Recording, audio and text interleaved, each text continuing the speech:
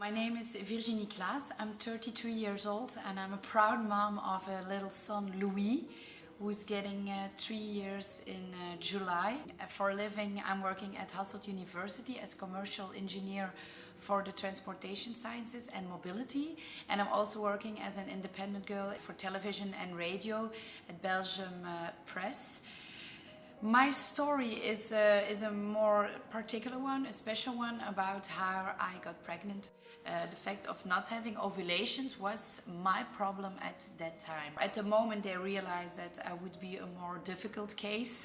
I contacted Mr. Willem Omelet in Genk, who is a friend of my aunt. They work together about fertility also in developing countries.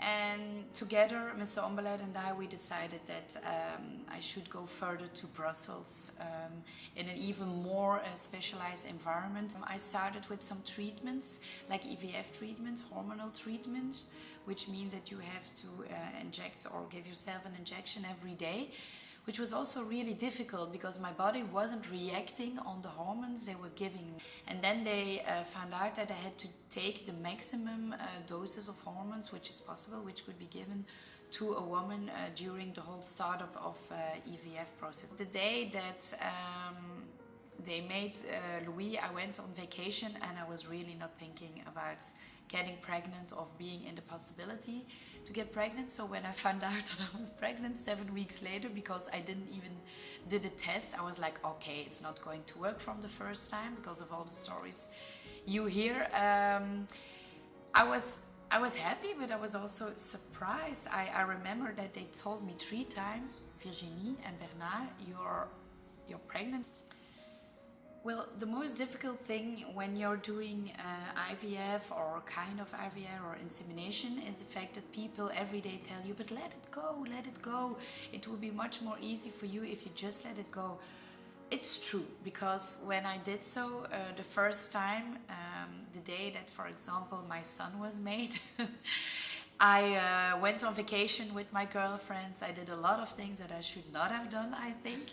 But it's true, you should let it go and not be focused on I want to have a child or I want to get pregnant. But it's not easy if you have to give yourself an injection every evening, if you have to schedule out, if you have to phone the hospital every 2 days, if in my case you have to go to Brussels every 2 days for blood and examinations.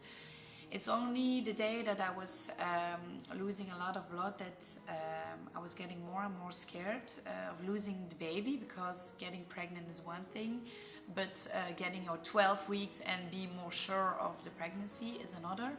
So I think that from that day on, I was 8 weeks, I just blocked the feeling of being pregnant. But I think the genetic testing can be a relief for a lot of women, and it's something I think they do with all pregnancies, if I'm not mistaken. But yeah, every testing was a day like, okay, oof, everything is okay, and it's getting better and better.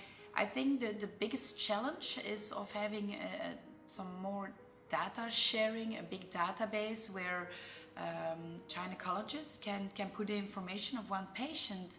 Even now, 3 years later, I think that's one of the biggest problem. For me, I experienced it as a problem. I had to do and tell my story all over again every time. I think self-monitoring technology can be very useful. It would also be time-saving for the specialists, because I think that a lot of women are quickly going to the hospital for self-monitoring if they are scared and not feeling the heartbeat at any moment and further state of pregnancy. Another point, if now that we're talking about technologies, could be make it affordable and possible for everybody to have a child, and to make use of technologies like IVF. In Belgium we only have 6 treatments which are paid, so I think I reached the limit already, and yeah, that should be something they could take into account. Having a child and thinking about future generations, that's one of the most beautiful things. So I think it should be there for everybody and in every country, even developing or developed country.